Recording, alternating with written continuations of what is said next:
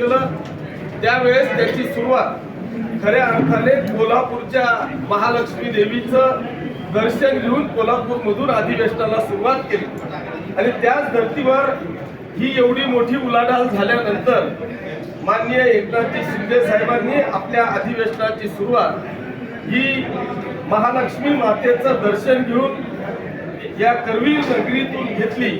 त्याबद्दल मी पहिल्यांदा माननीय मुख्य नेते एकनाथजी शिंदे साहेबांचे मनापासून आभार मानतो आणि मला खात्री आहे की या अधिवेशनामध्ये महाराष्ट्रातले सर्व प्रमुख पदाधिकारी, लोकप्रतिनिधी, नेते, आमदार, खासदार, उपनेते या सगळ्यांनी या ठिकाणी हजेरी लावलेली आहे। आम्हाला या अधिवेशनानंतर प्रत्येक पदाधिकारी आणि कार्यकर्ता एक नवीन ऊर्जा घेऊन संपूर्ण राज्यामध्ये जाणार आहे आणि ही ऊर्जा खऱ्या अर्थाने महाराष्ट्रातल्या येणाऱ्या प्रत्येक इलेक्शनमध्ये यश मिळवण्यासाठी 100% पूर्ण असेल अशा पद्धतीचा विश्वास आमच्या संपूर्ण पदाधिकाऱ्यांमध्ये निर्माण होईल अशा पद्धतीची अपेक्षा आणि इच्छा आजच्या या महाअधिवेशनाच्या निमित्तानं मी या ठिकाणी व्यक्त करतोय। माननीय मुख्यमंत्री महोदयांना मी धन्यवाद याच्यासाठी देईल की गेल्या 1.5 वर्षापासून शिवसेना आणि भारतीय जनता पक्षाच्या युतीचं सरकार या महाराष्ट्रामध्ये आलं।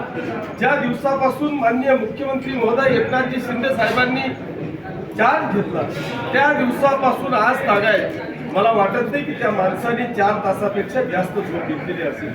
या राज्यातला प्रत्येक येणारा कान्याकोपऱ्यातला कार्यकर्ता असेल, गोरगरीब असेल, या प्रत्येकाचा प्रश्न सोडवण्याचं काम मला असं वाटतं की माननीय मुख्यमंत्री महोदयांनी केलेलं आहे। आमचा जो काही प्रत्येक कार्यकर्ता होता, जो पदाधिकारी होता, तो प्रत्येक पदाधिकारी आणि कार्यकर्ता माननीय एकनाथजी शिंदे साहेबांच्याकडून एक चांगल्या पद्धतीचं काम घेऊन जाण्याचं काम आमच्या या पदाधिकारी आणि कार्यकर्त्यांनी केलेलं आहे आणि त्यात हे महाअधिवेशन आज कोल्हापूरमध्ये भरलेलं आहे। या अधिवेशनाच्या निमित्तानं सगळाच कार्यकर्ता, पदाधिकारी हा एक विचार घेऊन या ठिकाणाहून जाणार आहे। धन्यवाद।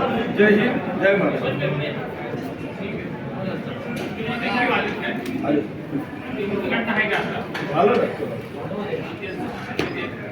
उद्या आज उद्घाटन फक्त ते होते। उद्घाटन झालं, समारोपाचं भाषण माननीय मुख्यमंत्री जाहीर सभा समारोपाचं काय कोण कुणाची भाषण प्रमुख सीएम साहेब काय बोलले का? आजच्या मी आपल्याला सांगतो की याच्यामध्ये सगळ्या नेत्यांना वेगवेगळे विषय दिलेले आहेत। कोणाकडे पक्ष संघटना आहे, कोणाकडे हिंदुत्व आहे, कोणाकडे महिला आघाडीची जबाबदारी आहे। त्यांनी त्या पद्धतीने आपले भाषण त्यांना दिलेल्या विषयांवर करायचे आहे। आजचा फक्त उद्घाटन सोहळा हा माननीय मुख्यमंत्री महोदयांच्या हस्ते झाला। समारोपाचं भाषण हे माननीय मुख्यमंत्री महोदयांचं अध्यक्षीय भाषण असेल। आता जवळपास सगळ्या केंद्रांचं मला वाटतं या पहिल्या सत्राचं शेवटचं भाषण हे चालू आहे। हे भाषण संपल्यानंतर आता मला वाटतं लंच टाईम होईल आणि त्याच्यानंतर उद्या समारोपाचं भाषण माननीय मुख्यमंत्री महोदयांचं। कोण हिंदुत्व कुणाकडे दिलंय पाटील साहेब? हिंदुत्व कुणाकडे दिलंय?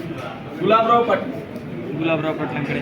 काय ठराव वगैरे काही मांडलेत का? अजून ठरवले, दुपारच्या सत्रामध्ये ठरवले। नेते मंडळी कोण कोण आहे? नेते गजानन कीर्तिकर साहेब आहेत, रामदासभाई कदम साहेब आहेत, स्वतः माननीय मुख्यमंत्री महोदय आहेत, सगळे उपनेते, सगळे मंत्री आहेत आणि सगळे आमदार, खासदार।